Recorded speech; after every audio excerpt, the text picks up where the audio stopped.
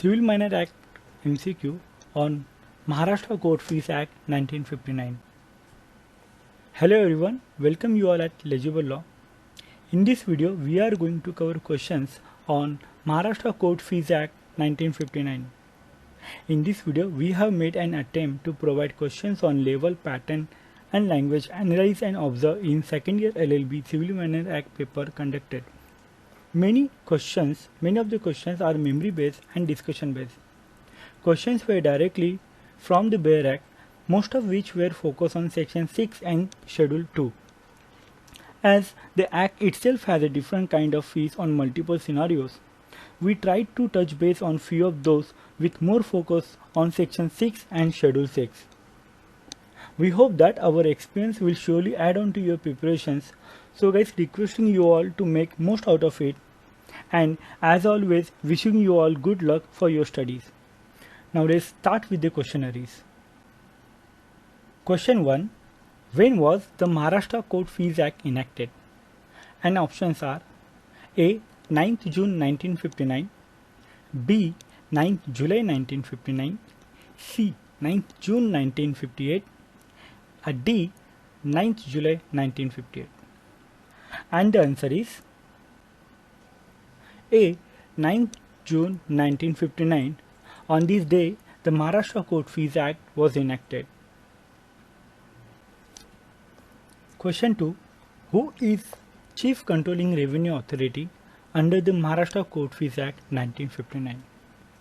And the options are A. Officer appointed by the state government in this behalf, B.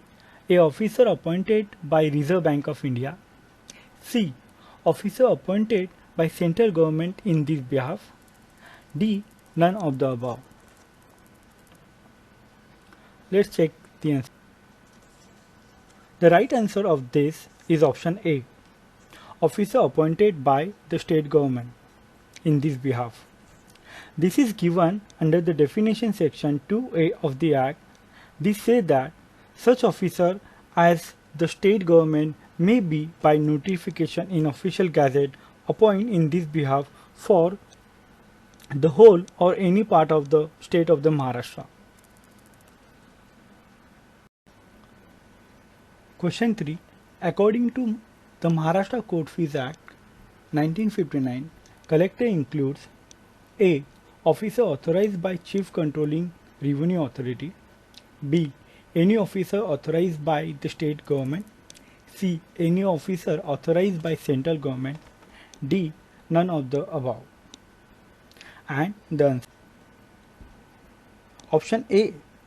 According to the Maharashtra Court Fees Act 1959, collector includes any officer authorized by Chief Controlling Revenue Authority. The definition of collector is in section 2B of the Maharashtra Court Fees Act 1959. Question 4. According to the Maharashtra Court Fees Act 1959, plaint includes A. Written statement pleading a set of or counterclaim, B. Oral statement pleading, C. Both A and B, and D. None of the above. Answer for this is option A. Written statement pleading a set of or counterclaim. According to the definition section 2C of the Act, the plaint includes a written statement pleading a set of or counterclaim. Question 5. Every petition under the Indian Divorce Act 1869 is charged with fee amount of dash dash as per the Maharashtra Court Fees Act 1959. And the options are 200 rupees, B. 100 rupees, C. 300 rupees, and D. 50 rupees. And the answer for this is option B. 100 rupees. The Schedule 2, Article 21 of the Maharashtra Court Fees Act 1959 says, every petition under the Indian Divorce Act 1869 is charged with fees amount of 100 rupees. Question 6. Petition under the Indian Christian Marriage Act 1872 is charged with fees amount of dash dash as per the Maharashtra Court Fees Act 1959. And the options are A. 75 rupees, B. 20 rupees, C. 50 rupees, D. 10 rupees. Option D is the correct answer, which is 10 rupees. According to Schedule 2, Article 20 of the Maharashtra Court Fees Act 1959, every petition under the Indian Christian Marriage Act 1872 is charged with the fees amount of 10 rupees. Question 7. Petition under the Parsi Marriage and Divorce Act 1936 is charged with fees amount dash dash dash as per the Maharashtra Court Fees Act 1959. And the options are A. 300 rupees, B. 200 rupees, C. 100 rupees, D. 50 rupees. Let's check the answer. The option C, 100 rupees, is the right answer for this. And this is mentioned in the Schedule 2, Article 21 of the Maharashtra Court Fees Act 1959. Question number 8. Well, before I start with this, like I said at the beginning, this act has a multiple fees for different kind of scenarios. Now here the matter is just for 10 rupees and these are the scenarios. Similarly, you may have a scenario for a fees of 20 rupees and there can be different scenario fees of 100 rupees, 200 rupees, and there are few scenarios which are the applicable under that fees of 10 rupees, 20 rupees, or whatever the fee could be. Okay, so this is the way I suggest you to just go through this act, the bare act of this act. Going back to the question. Question 8. Which of the following has court fees of 10 rupees?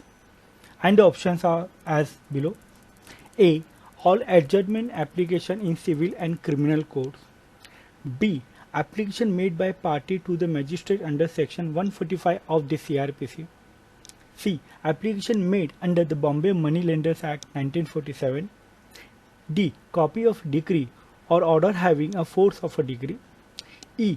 Copy or translation of a judgment or having the force of the decree. F. Application for order of arrest or attachment before judgment or for temporary injunction. G. Application for compensation for arrest or attachment before judgment or in respect of temporary injunction obtained on insufficient ground. Last option, option H, all of the above.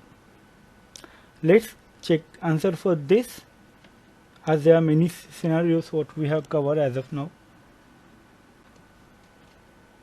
Okay, the answer for this is option H, all of the above. All mentioned here are having court fees of 10 rupees and as given in Schedule 2 of the Act. So let's move ahead to the question 9. Question 9. Which of the following is correct court fees of caveat? Options are A. When presented to High Court 50 rupees. B. When presented to the court other than High Court 25 rupees. C. Both A and B. D. None of the above. Option C is the correct answer for this. The court fees of caveat when presented to High Court, value is 50 rupees, and when presented to the court other than the High Court, the court fees is 25 rupees. This is what it's mentioned in Article 14 of the Schedule 2 of the Maharashtra Court Fees Act. Let's move to the question number 10. Question 10. Which of the following paint or petition or application capable of treating as suit do not have court fees of 100 rupees? And the options are A. For annulment of marriage, B. For dissolution of marriage, C. In suit of custody of minor, D. For restitution of conjugal right, and E. Judicial separation. Let's check answer. So the option C is the right answer for this, which is for restitute in suit for custody of minor, as its court fees is 75 rupees. Other for every options for for annulment of marriage, dissolution of marriage, restitution of conjugal rights, and judicial separation, these all needs a court fees of 100 rupees, and this is what mentioned in Article 23 of Schedule 2nd of the Maharashtra Court Fees Act. Let's move further. Question 11. A court fees for application or petition to the court under section 391 or 439 or 522 of the Companies Act 1956 is, and the options are A. 100 rupees, B. 200 rupees, C. 300 rupees, and D. none of the above. Let's check answer for this. Option B, 200 rupees, that's the right answer for this. So for the court fees for application or petition to the court under section 391, 439 or 522 of the Companies Act is 200 rupees, and this is what mentioned in Schedule 2 and Article 34 of the Maharashtra Court Fees Act 1959. Question 12. The amount of fee payable under Maharashtra Court Fees Act 1959 in suits for money, which include suit for damages or compensation, or areas of maintenance of annuities, or of sum payable periodically. So for all these options, what would be the court fees for in case of suits for money? And the options are A. According to the amount claimed, B. 1/4 ad valorem, C. 1/2 ad valorem, D. full ad valorem. Let's find. The right answer for this is option A, according to the amount claimed. The section 6 clause 1st of the Maharashtra Court Fees Act states that suit for money. The suit for money includes for suits for damages or compensation, or areas of maintenance or annuities, or of other sum payable periodically, and the fees is claimed according to the amount claimed. Question number 13. The amount of fee payable under Maharashtra Court Fees Act 1959 in case of suit for maintenance and for annuity is, and the options are the amount claimed to be payable for 1 year and in any other case 10 times of such amount. B. Amount claimed to be payable for 1 year and in other cases 40 times of such amount. Option C. Amount claimed to be payable for 6 months and in other cases 10 times of such amount. And lastly, option D. The amount claimed to be payable for 6 months and in any other case 40 times of such amount. So let's find the answer. Option A is right answer. As given in section 6 clause subsection 2 of the Act, for payable, the fees payable in case of suit for maintenance and for annuities is according to the amount claimed to be payable for 1 year and in other cases the 10 times of such amount. Question 14. The amount of fee payable under the Maharashtra Court Fees Act 1959 in suit for movable property other than money where the subject matter has market value is, and the options are A. According to such value at the date of presenting the plaint, B. According to the such value at the date of decree, C. According to such value at the date of execution of the decree. And lastly, D.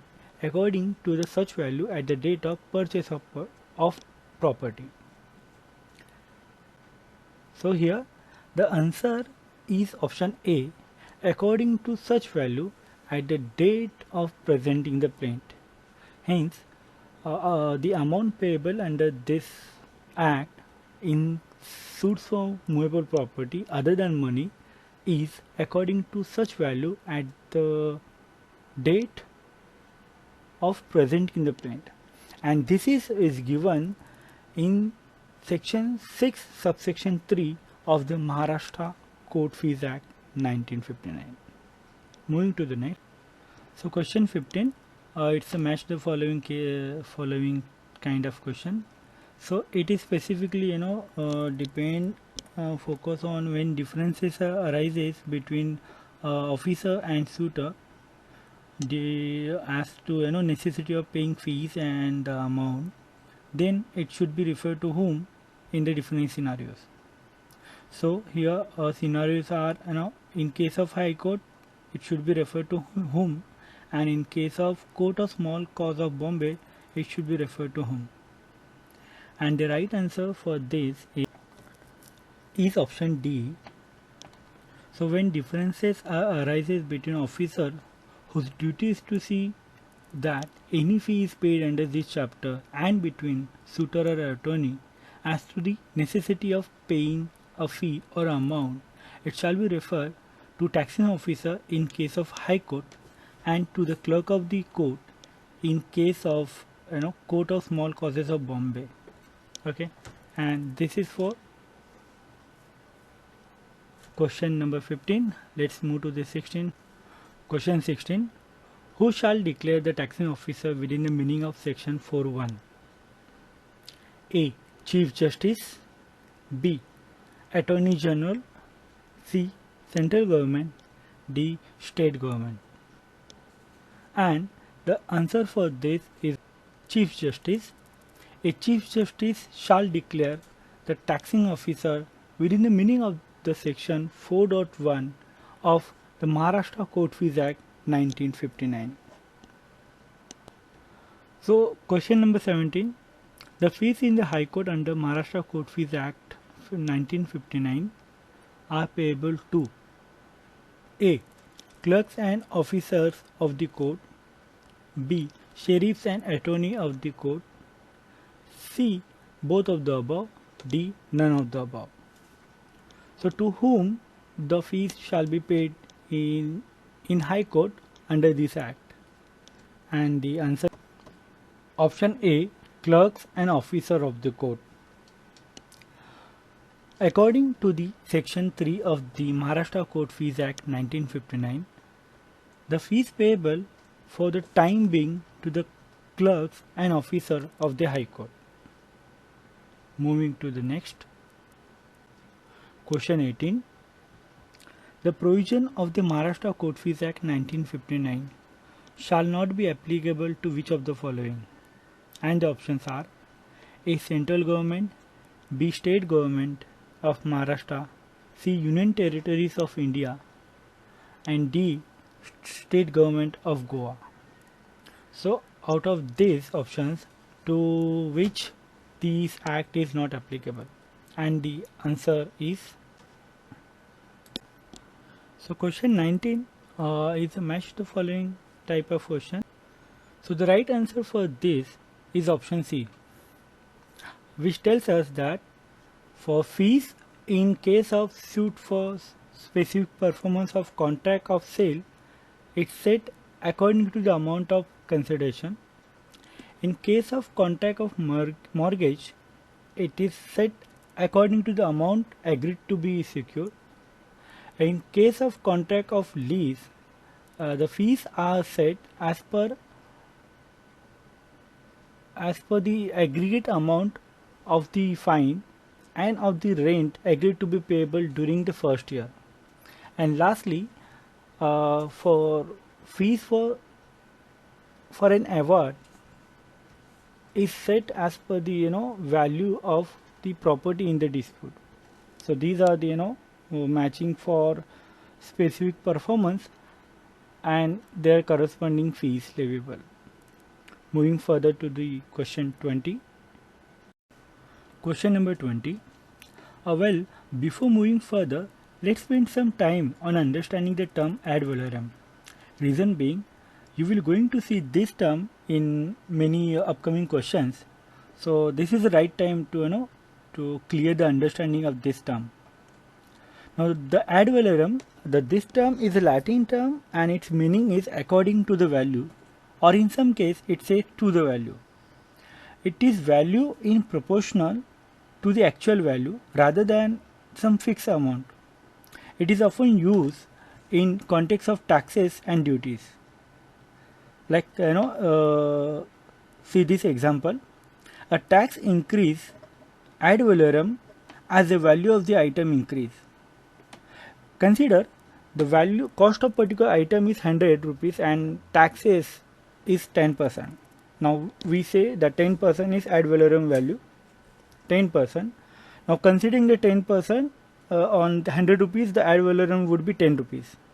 Now the cost of value is increased to 200 and ad valorem the percentage is still 10%, but ad valorem will increase because the base value is increased and the new ad valorem would be 20. So this is how, rather than having a fixed value, we should have some proportionate value on the actual price or actual amount of the thing or the property. So that's all about the ad valorem, and I hope this may help you for the understanding of this term. Now coming back to the question, what question says, which of the following suits have 1/4 of ad valorem fees leviable under the Maharashtra Court Fees Act 1959? And the options are: A. Against recovery of any money due to as tax or due or cess or fee or fine or penalty. Option B. Against recovery of any due as tax on movable property etc. C. For status with monetary attribute. D. For ownership etc. of immovable property. Option E. All of the above. So, given all these options, to which the ad valorem value is 1/4? That's the question. The right answer to this is option E, all of the above. So as per the Maharashtra Court Fees Act 1959, the suits have 1/4 of ad valorem fees leviable for all the above options mentioned in the question. Question 21, match the following. Here we need to match the fees leviable for suits of easement. Column 1 has kind of easement, and column 2 has the appropriate ad valorem values. So let's check the answer.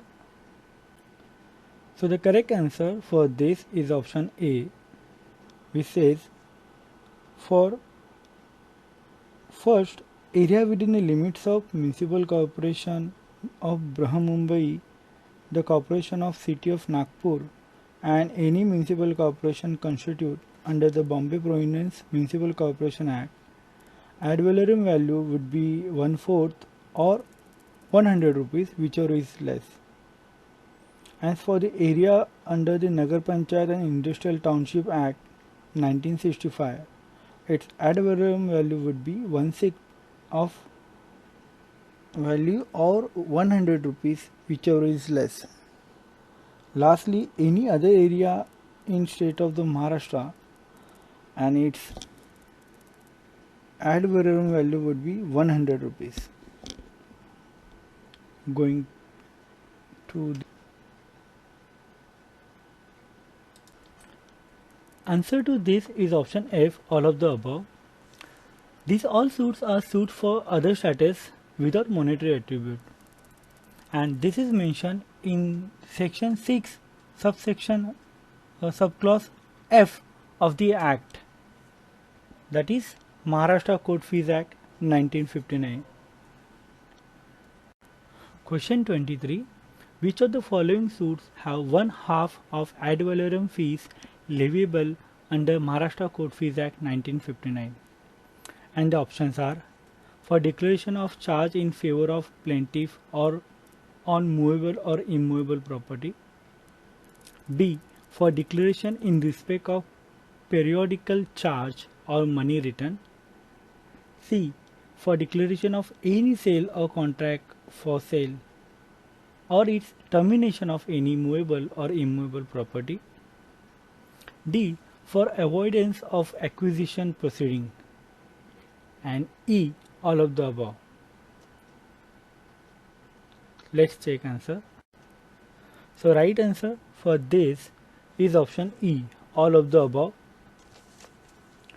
So in order to file suits for declaration of charges in favor of a plaintiff on movable or immovable property, or for the declaration in respect of periodical charges, or for money return, or in case of any sale of contract or any termination of contract of immovable or movable property, and for any avoidance of acquisition of proceeding, the court fees charged under this is one half of the ad valorem values, and this is given in section 6 subclause F of the Maharashtra Court Fees Act 1959.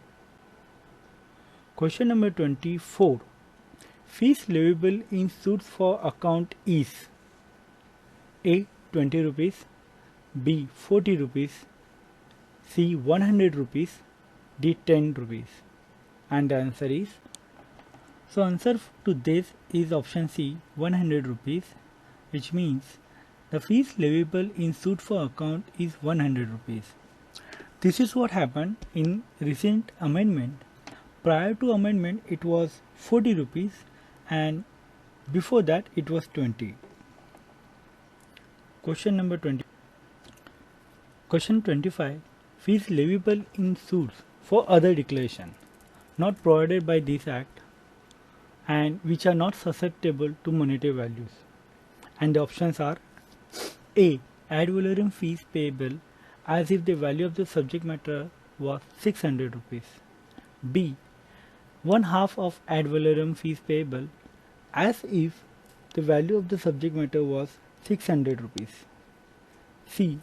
1/4 of ad valorem as fee payable as if the value of subject matter was 600 rupees. D. 1/3 of ad valorem fees payable as if the value of the subject matter was 600 rupees. Now in all of this scenario, what would be the right answer for this? And the correct answer is option A, ad valorem fees payable as if value of the subject matter was 600 rupees. Question 26. In suits for possession of land, house and gardens, fees leviable is: A. according to the value of subject matter, B. 1/3 of ad valorem, C. 1/4 of ad valorem, and D. 1/2 of ad valorem. Answer is A, according to the value of subject matter. That means for in suit for possession of land, house and garden, the court fee applicable is according to the value of subject matter. And this is what mentioned in section 6 subsection 5 of the Act. Question 27. In suit for enforce of right of preemption, the fees leviable is: A. 1/3 of ad valorem, B. according to the value of subject matter, C. 1/4 of ad valorem, and D. 1/2 of ad valorem. Let's find the answer. The option B is correct answer here. In suits to enforce a right of preemption, the court fee leviable is according to the value of subject matter. This is given in section 6 subsection 6 of the Act. 28. In suit for share in joint property, fees leviable is A. According to the consideration, B. Full ad valorem, C. According to the value of the share, and D. 1/2 of ad valorem. So here the answer for this is option C, according to the value of the share. In suit for share in joint property, fees leviable is according to the value of the share. This is given in section 6 subsection 7 of the Maharashtra Court Fees Act 1959. To the next question 29. In suit for interest of an assignee of land revenue, the fees leviable is A. 30 times of net profit, B. 50 times of net profit, C. 25 times of net profit, and lastly D. 15 times of net profit. Let's see. Here option B, 50 times as of net profit, is correct. This is changed after the recent amendment. Prior to the amendment it was just 30 times. So in suits for interest of an assignee of land revenue, fees leviable is 50% of net profit. This is given in section 6 subsection 8 of the Act. Question 30. Fees payable in any court except the Supreme Court falls under which entry in the second list of the 7th schedule of Constitution of India? So option are entry 3, B entry 4, C entry 5, and D entry 6. So right answer for this is entry 3. That means fees payable in any court except the Supreme Court falls under the category of entry 3 in list 2 of the 7th schedule of the Constitution of India. So question 31. When differences arises in City Civil Court Bombay about the fees of amount, the question should be referred to whom? A. Taxing officer, B. Registrar, C. High Court, D. Attorney General. And B. The Registrar. So when differences arises in City Civil Court Bombay about the fees amount, the question should be referred to the Registrar. And this is given in section 5 subclause 3 of the Act. Question 32. The application for revision against taxing officer, the clerk of court, in case of differences as to necessity or amount of fees, and against the registrar when differences arise about the fees of amount, shall be made within how many days? Options are A. 30 day, B. 60 day, C. 90 day, D. No provision of revision is incorporated under the Act. Option A, 30 day, is the right answer. You will see this in section 5.2 and 5.3, and such application can be made by party concerned or such officer as may be appointed by the state government or by principal judge, or such judge of said court as a principal judge shall appoint either generally or specially in this behalf. Question 33. Again this match the following. So here you need to match the schedules in the column 1 with their purpose in the column 2. So schedule 1, 2, 3 are given in column 1, and purpose, form of valuation, fixed fees, and ad valorem are given in column 2. Below are the options, and the right options are option B, wherein schedule 1 is for ad valorem fees. We have seen what is ad valorem. Schedule 2 is about the fixed fees. Again we have discussed this, seen many example of fixed fees. And schedule 3 is about form of valuation. This is the simplest one question, which covers the basic schedules and their meaning. Question 34. The Court Fees Act 1870 was Central Act initially. Whether this statement is true or false, options are A true, B false. Let's check the answer. Yes, it's true. A option is correct. The Court Fees Act 1870 is actually a central act. Now going further, we have documented few important case laws, and these are as follows. Question 35. Fees taken in court cannot be equated to taxes. Was held in which of the following judgment? A.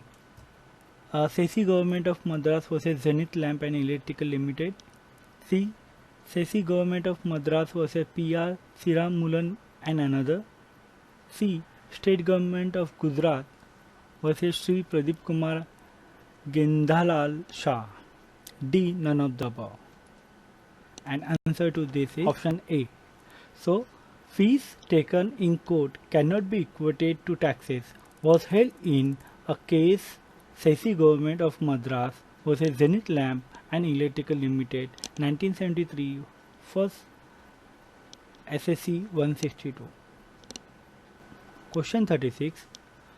It is for the state to establish that what has been levied in court fees properly so called. If there is any enhancement, then state must justify the enhancement.